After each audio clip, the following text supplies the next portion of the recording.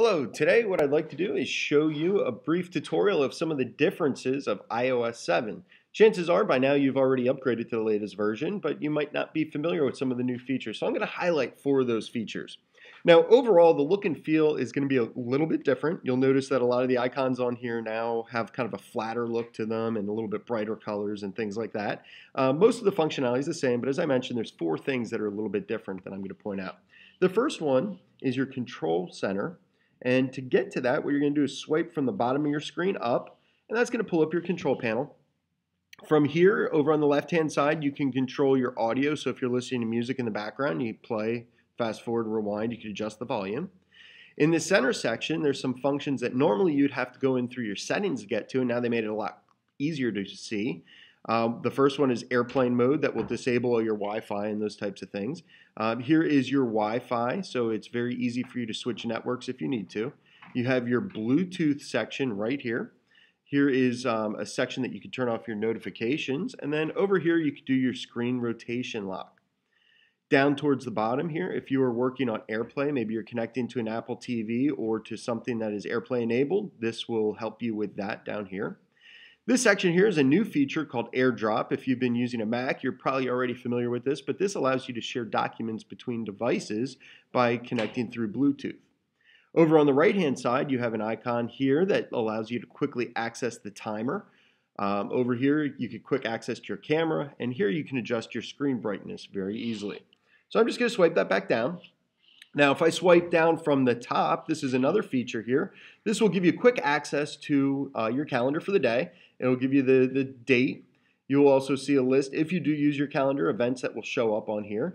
And if you have location services enabled, it'll also give you the weather. So right now it's telling me that it's partly cloudy today, currently 61, the high will be 73. So those are 2 of the main differences now. Another one involves something that was around in the previous version, but it's now slightly different, and that's using the search feature.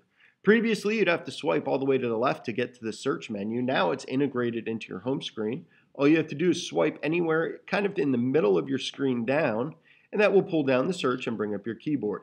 As you start typing in here, it will pull up all of the things that match the letters you're typing. So it's very easy to find email, it's easy to find notes, calendar events, web pages that you visited, also different apps that you have. So the more stuff you have on your device, this is going to be very helpful for you. All right, the last feature that I want to show you is a little different, and this is the feature that involves multitasking and closing apps.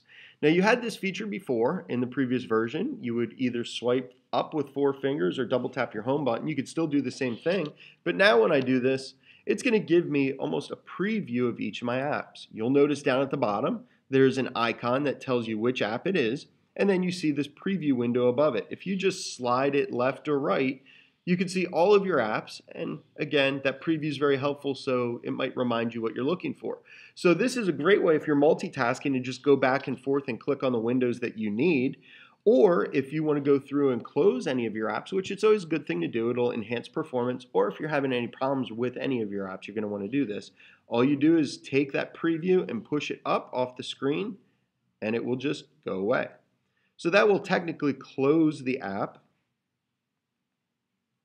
And again, I mentioned that that's good for multitasking. It's also good for enhancing the performance of your device. So those are just a few of the main features. In future updates, we'll share some other features with you. Have a great day.